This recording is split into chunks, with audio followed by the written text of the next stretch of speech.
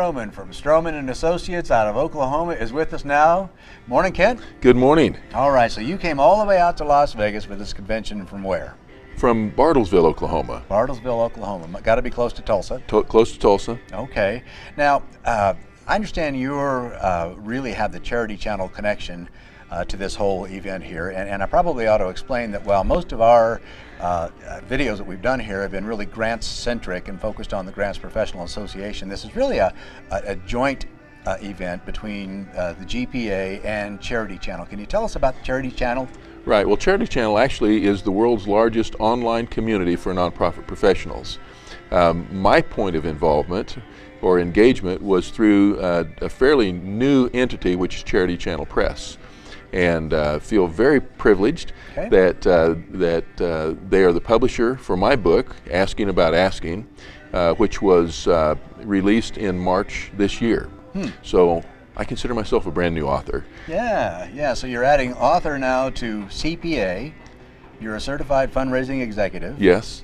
And what are you doing through Stroman and Associates? Talk about that. We'll come back full circle to your book here, but I set a baseline. Sure.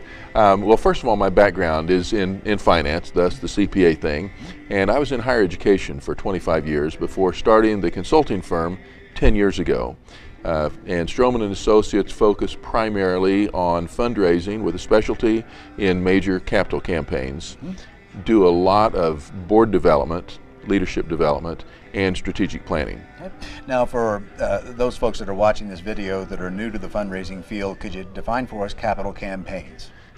Good question. Typically, a capital campaign is focused on a capital element, buildings, equipment, sometimes endowment. More and more we're seeing those campaigns broaden and actually become comprehensive or integrated campaigns and include an operational or an annual fund element as well. Okay. In most cases, it spans a multi-year period, and so we're looking at an extended time.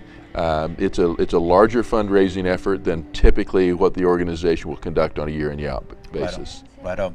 Okay, so you met up with the people at Stephen Nill at Charity Channel. Great guy. Yes. He's been here all week also.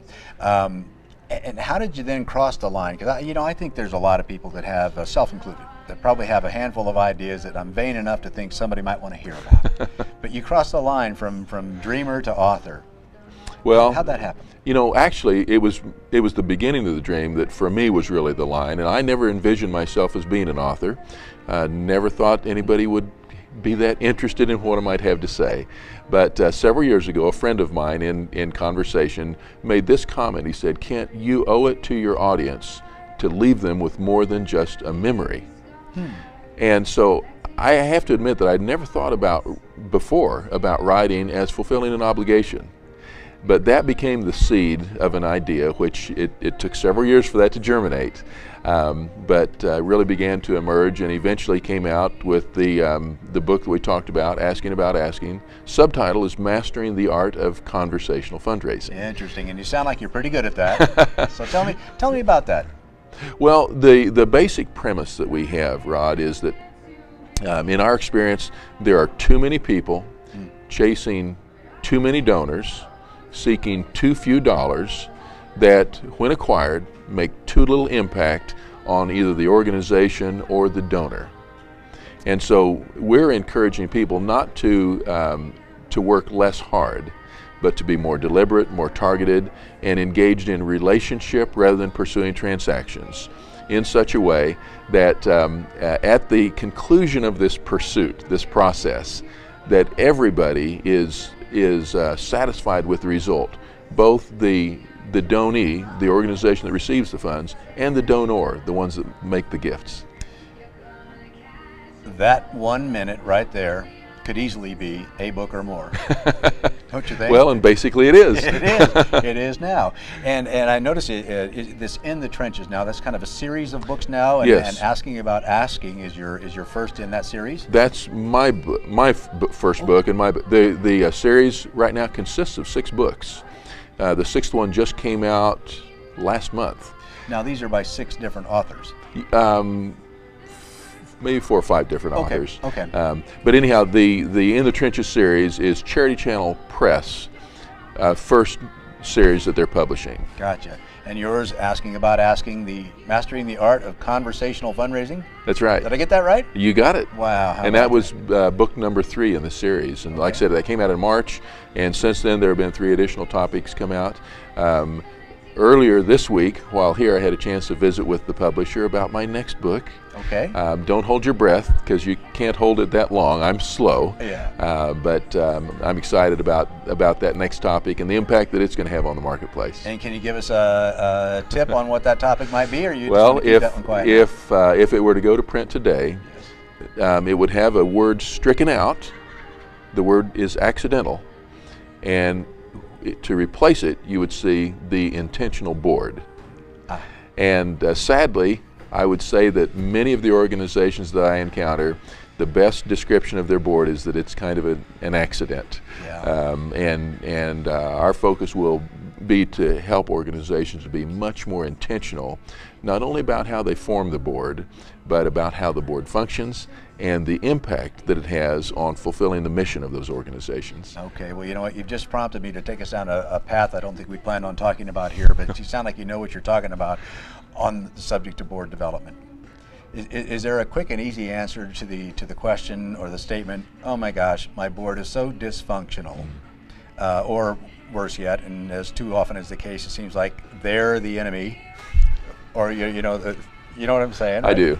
It's not really enemy foe, but it is not really a functional relationship. Well, I'm going to quote somebody famous, Peter Drucker, world-renowned management guru, and his quote is something like this: the thing that corporate boards and nonprofit boards have in common is that they are dysfunctional. And it doesn't have to be that way, but it often is.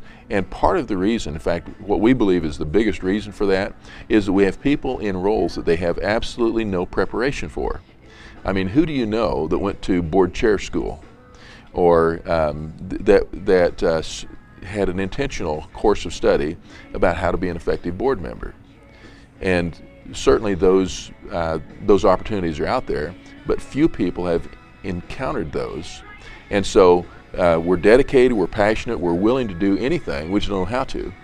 And so part of our motivation is to help equip people to accomplish what they've committed to do. All right, man, that's a handful. It is. That is a handful. There's no limit of potential there. Yeah, how about it? So your practice now, are you primarily in the Oklahoma area? Do you work nationally?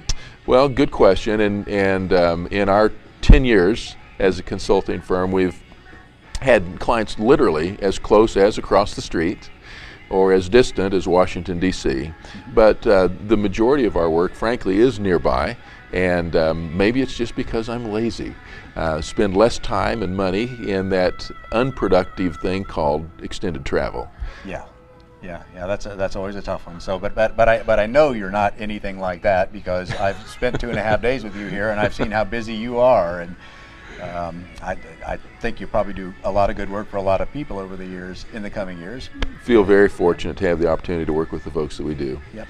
And I didn't mention this earlier, but the kind of byline or motto that we've adopted for our consulting firm is, when your campaign is about more than money. And certainly a fundraising campaign has a money element in it. And in order for us to succeed, we've got to reach the dollar goal. But our experience and belief is that if all we do is raise the money and build the building or whatever, that we've missed out on the majority of the benefits that can and indeed should come through a campaign. And so the focus on those non-financial elements is something that is especially critical to us. Right on. All right, let's talk websites. charitychannel.com? I think so. Yes, charitychannel.com. And if .com doesn't work, is it .com or .net? I know I've got a bookmark, and so I don't type it. But and then you, where can we find you? StromanConsulting.com. That's STROMAN consulting.com. Outstanding. Kent Stroman, thanks for being here with us today. Well, it's been a real treat, really, Rod. Real great to meet you, and thank you for everything. Likewise, you bet. Thanks everybody for watching.